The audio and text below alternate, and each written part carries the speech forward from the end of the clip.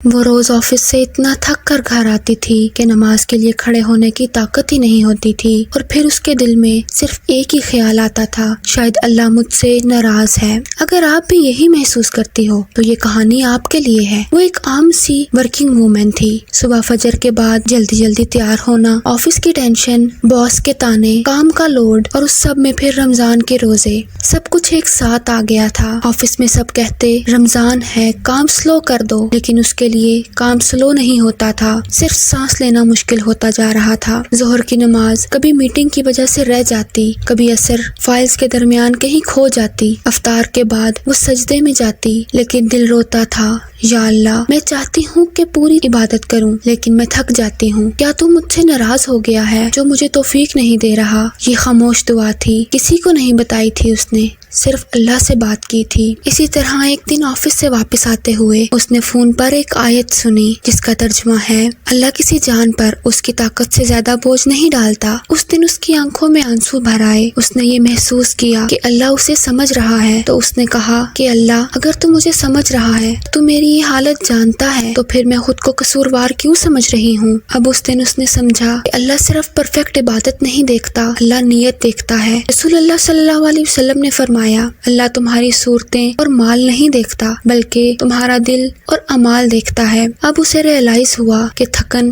گناہ نہیں، محنت عبادت کے خلاف نہیں، اور کوشش اللہ کو بہت پیاری ہوتی ہے۔ اب اس نے اپنے آپ کو اپ ڈیٹ کیا اور اپنی عبادت کا طریقہ بدلا۔ اب وہ چھوٹی چھوٹی دعائیں پڑھنے لگی، اللہ سے ڈھیر باتیں کرنے لگی۔ وہ کام کے دوران بھی استغفار کرتی، وہ اپنے ہر کام میں اللہ کو یاد کرتی، اور زیادہ نہیں، صرف رات کو 2 رکعت نماز دل سے ادا کرتی۔ اور اس سب کے بعد اس نے محسوس کیا کہ اللہ تو کبھی اس سے دور نہیں تھا، وہی تو ہے جو اس کے سب سے زیادہ قریب ہے۔ ایک رات اس نے یہ آیت پڑھی، بے شک مشکل کے ساتھ آسانی ہے۔ اب پہلی بار رمضان میں اس کا دل بہت ہلکا ہو گیا تھا۔ میری پیاری بہنوں، اگر آپ بھی آفس اور گھر کی ذمہ داریوں میں پھنسی ہوئی ہو اور سوچتی ہو کہ اللہ تم سے ناراض ہے، تب وہ تمہیں توفیق نہیں دے رہا، تو یاد رکھو، اللہ تھکے ہوئے دلوں کا ہی رب ہے، اور آپ کی خاموش دعا کبھی ضائع نہیں جاتی۔ اس رمضان اپنے آپ کو کمزور مت سمجھو، اللہ تمہاری کوشش دیکھ رہا ہے، اور اگر تم اپنے آپ کو بدلنا چاہتی ہو تو مجھے کمنٹس میں ضرور بتاؤ، اور اس کے علاوہ جاتے جاتے